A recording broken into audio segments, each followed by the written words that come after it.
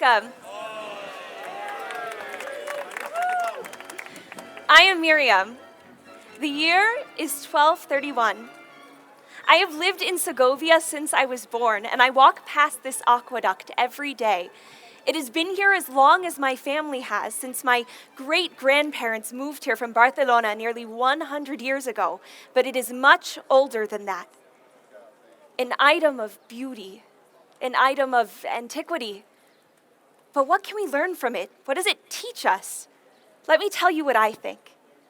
The Romans who conquered this land 2,000 years ago built an empire that stretched from Britain to Persia. They were powerful and wealthy. They were builders, and they were going to last forever. And then they disappeared. Since then, many nations have come to rule this land. The Visigoths, the Berbers, the Muslims. They all came, and then they were gone. Only the Jews have remained all the way through. We have seen so much history, lived through so many eras. We Jews may be small in number, may seem insignificant, but only we continue when so many others just fade away. And you want to know the secret to that immortality?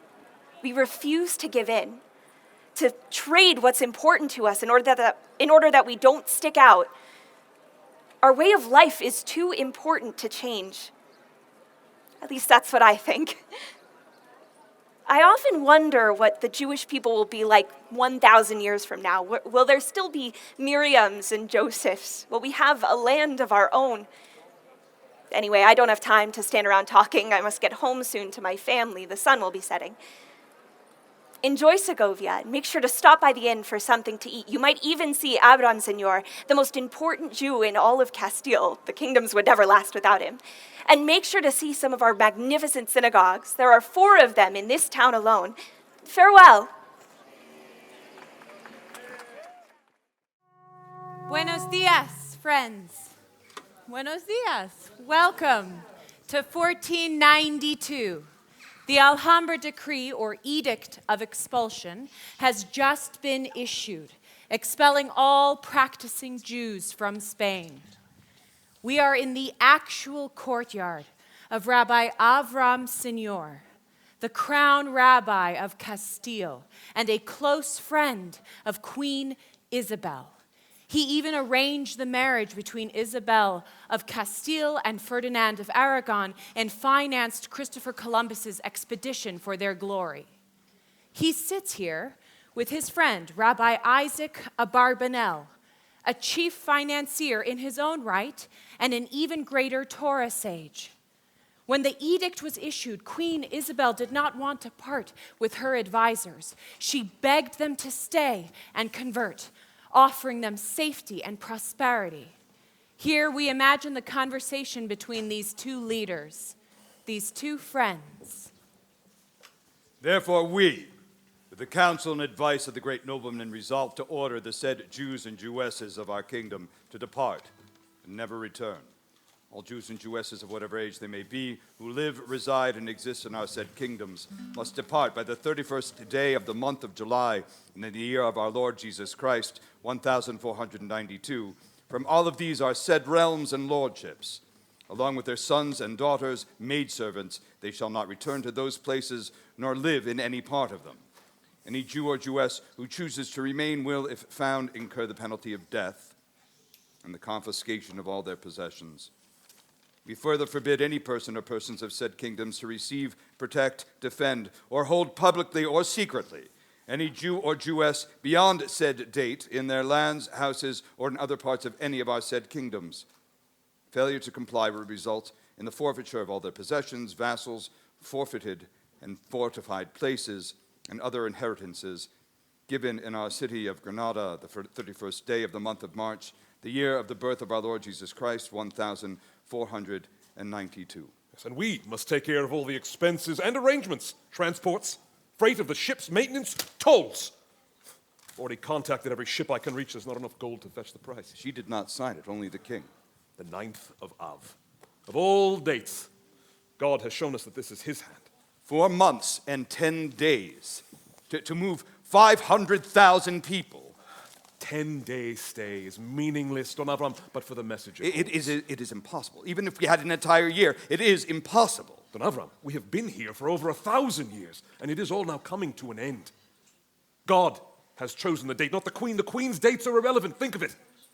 The first temple and the second temple, both destroyed, Jews exiled, and now the total expulsion of the Jews from Spain. On the very same day, God has ended the Jews of Spain, not the Queen. It is God's hand, indeed, but it is not the end. Many conversos believe that this will be over soon. They will reclaim their lives and reclaim their Jewish names. They will be no more. The Inquisition has already frightened them into hiding, and their barbarism is only growing worse. 3 more burned in Sevilla last week.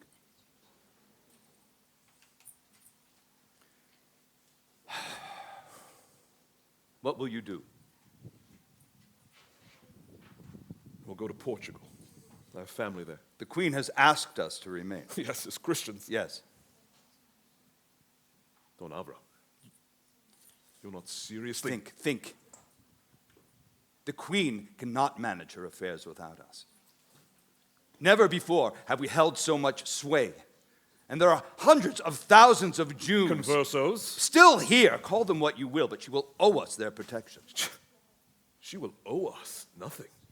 Her fervor for a Christian Spain has darkened all reason. There will be no mercy. I disagree. For the Jews who leave, yes, perhaps life will be better if they survive. And for them, indeed, Jewish Spain is no more.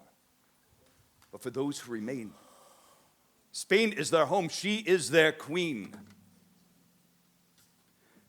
She is no fool.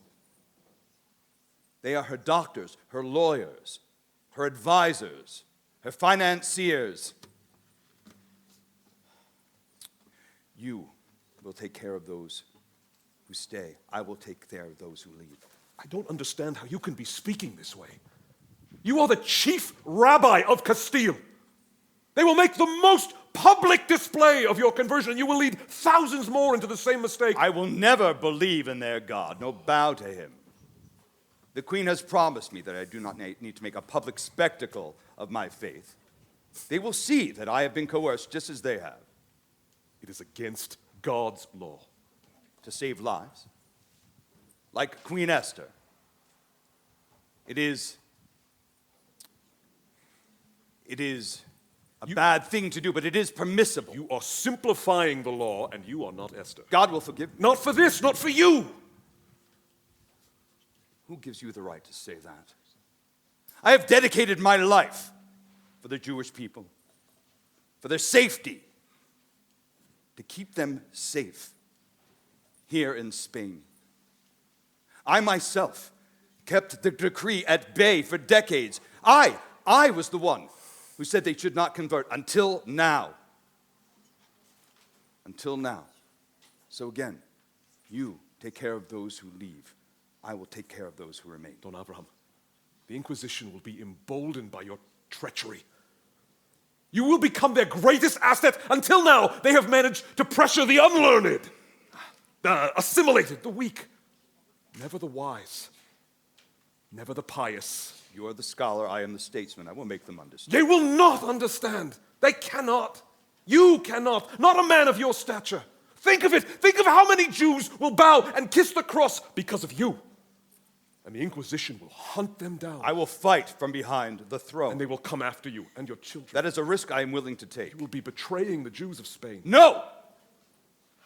I am sacrificing myself for them. For their survival, for our survival. They are still Jews. And if I leave, they will have no one. They made their choices. Yes, you say out of weakness. I say for survival. But it matters not what we call it. They are here. They need someone to shepherd them through. Don Avram, if you stay, your name will be erased. And your children will be swallowed up by this ungodly realm. Torquemada himself, the Grand Inquisitor, is, 3 generations from conversos? If you leave with us, you send the Queen the most powerful message about the Jew, that we are faithful, and we will survive long after they are gone. That Judaism is not for sale. If I leave, I will have failed them.